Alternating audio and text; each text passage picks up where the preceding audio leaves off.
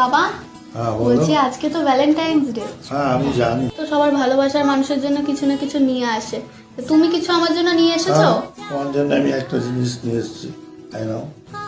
এটা কি নিয়ে এসেছো এটা তুমি? বাচ্চাদের, তুমি তো বাচ্চাই আছো। যা বলো। এটা তো একদম বাচ্চাদের, মানে না একদম। না, তোমার জন্যই ঠিক জিনিস নিয়েছি। এ দেখো মা, এটা নিয়ে এসছে বাবা আমার জন্য। তোর সময় কাটে না, তুই এটা দিয়ে সময় কাটাবি বসে বসে উপা দিয়ে দিয়ে। এ তো ঘোরেই না।